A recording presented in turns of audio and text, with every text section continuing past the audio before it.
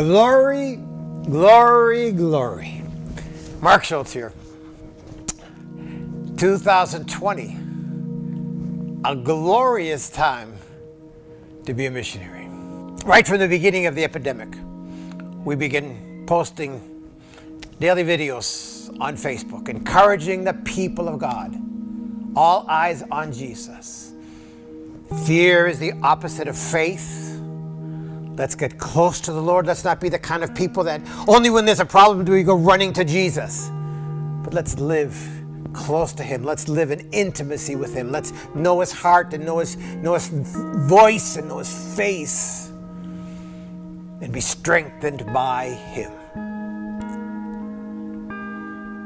Another thing, 2020, well actually this one goes back further. This goes back about 3 years ago. God began to talk to me about passing on the pastorate of the local church to somebody else. Veronica and I have been in Mexico for about 50 years.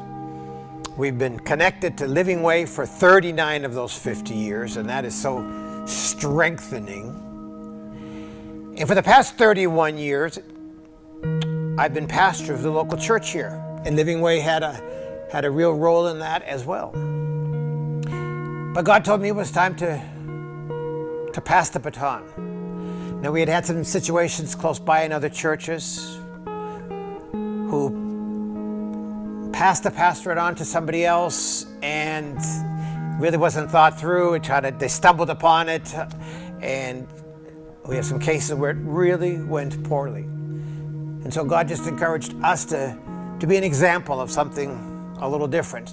So from July 2018, we set in process a transition period. And the church has been walking step by step for 30 months until the last day of December of 2020 that Marcos steps down and our son Oliver steps in as pastor. And it's been fantastic.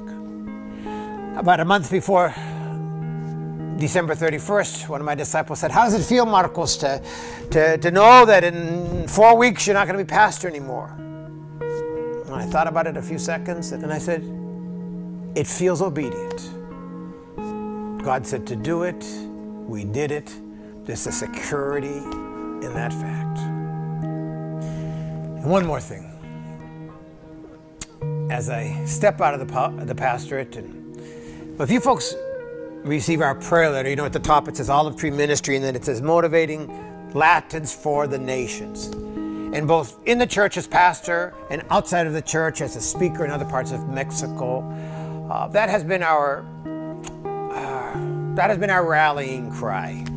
That has been our emphasis, to challenge the Mexican church to get out of the comfort zone and into the nations to proclaim the gospel. And as we handed over the baton, we have 5 Porvenir families out on the mission field. And 4 of them are working with unreached people groups. Besides these 5, we have 3 others who are working closer by in church plants. Besides these 8, we have others who have been on the field and are now back home.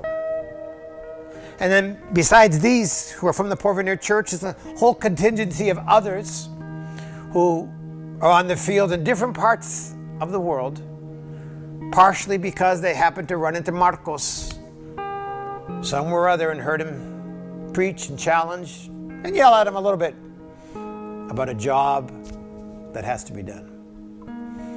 31 years ago when I became pastor, it was inconceivable that the Porvenir Church would send out missionaries to the field. And if I wasn't a Christian, the word I'd use is we're flabbergasted with what has happened. But no, we're not flabbergasted. This is how God works. What are we? We're thankful. Hey, before I go, I'd like to invite you to sign up for our prayer letter. We can keep in touch. Right here on the screen, there's my email address. Just drop me a note. Would love to sign you up. Gracias.